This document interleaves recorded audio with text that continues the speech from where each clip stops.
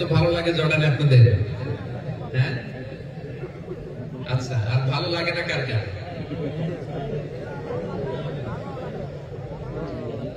আপনাদের কোন দেশে ভালো লাগে? কোন দেশ? মাশাআল্লাহ। আচ্ছা, হাত নামান। দুইবারের একবারও যারা হাত তোলেন নাই তারা হাত তোলেন এবার। একদল আছে কোনোবারই হাত তোলে না, ভাবে কোন জায়গায় কোন হাত তুলে কোন বিপদে পড়ি। চুপচাপ শীতের রাত পকেটে হাত ঢুকে বসে থাকে, সেটাই ভালো।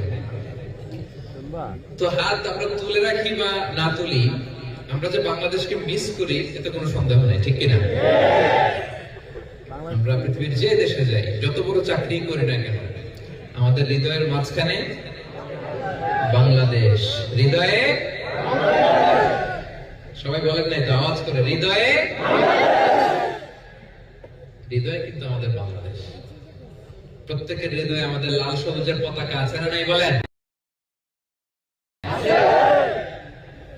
আচ্ছা, তো আমরা বাংলাদেশের জন্য দোয়া করি। বাংলাদেশ একটা crucial time, very sensitive time pass করছে। সামনে আমাদের নির্বাচন। তো আমরা চাই এমন সরকার আমাদের জন্য আসুক, আল্লাহ তাআলা আমাদের জন্য দয়া করে দান করুক। এমন নেতারা আসুক যারা আমাদের দেশের জন্য ভালো, ইসলামের জন্য ভালো, ঠিক কিনা বলেন? আপনারা ভোট দিয়ে ফেলছেন নাকি? শুনলাম যে এবার ইন্টারিম গভর্নমেন্ট এই ফ্যাসিলিটিটা দিয়েছে, দেশের বাইরে যারা থাকে তাদের ভোট দেওয়ার সুযোগ ওনারা দিয়েছেন। তো আলহামদুলিল্লাহ, যোগ্য সৎ দেশপ্রেমিক নেতারা যেন আমাদের নেতৃত্ব দেয়, আমরা আল্লাহর কাছে এই দোয়া করি, কামনা করি।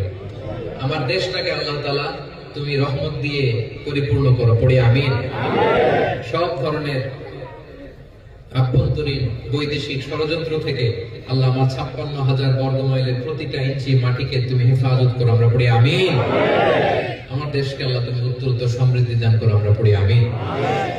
আমার প্রিয় ভাইরা, আজকে আমি বিভিন্ন স্পট ঘুরতেছিলাম, ঘুরতে ঘুরতে আমি মোবাইলে কিছু নোট নিচ্ছিলাম যে রাতেই তো আমাদের প্রবাসী ভাইদের সাথে সাক্ষাৎ হবে, সেখানে কি নিয়ে কথা বলা যায়। তো আমি ভাবলাম যে আপনাদের জন্য খুব রেলেভেন্ট হতে পারে, কাজে আসতে পারে এরকম কিছু টপিক নিয়ে কথা বললে বেশি ভালো হয়। তো আমি একটা টপিক চুজ করেছি, সেটা হচ্ছে মুসলিম হিসেবে প্রবাস জীবনে আমাদের দায়িত্ব ও কর্তব্য। যেহেতু আমরা প্রবাসে আছি, এই আমাদের দায়িত্ব ও কর্তব্য। যেহেতু আমরা প্রবাসে আছি, এই প্রবাস জীবনটা আমাদের কিভাবে কাটানো উচিত, এই নিয়ে খুব সামান্য কয়েকটা কথা আমি খুব সম্ভবত 10টা পয়েন্ট নোট করেছি। এই কথাগুলো বলে আজকে আমরা শেষ করবো। আপনাদের কষ্ট হচ্ছে না তো? কি বলে, শীত লাগে না? আমি তো কাঁপতেছি শীতে, অভ্যাস হয়ে গেছে। আচ্ছা, এই জন্যই ভালো লাগে জর্ডান এত, না?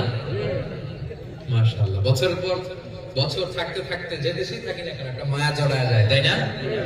আল্লাহ তাআলা এই জর্ডানকে হেফাজত করুন। রব্বানা ইয়াহফাজ আল উরদুন, আমরা পড়ি আমিন। আমার প্রিয় ভাইরা, তাহলে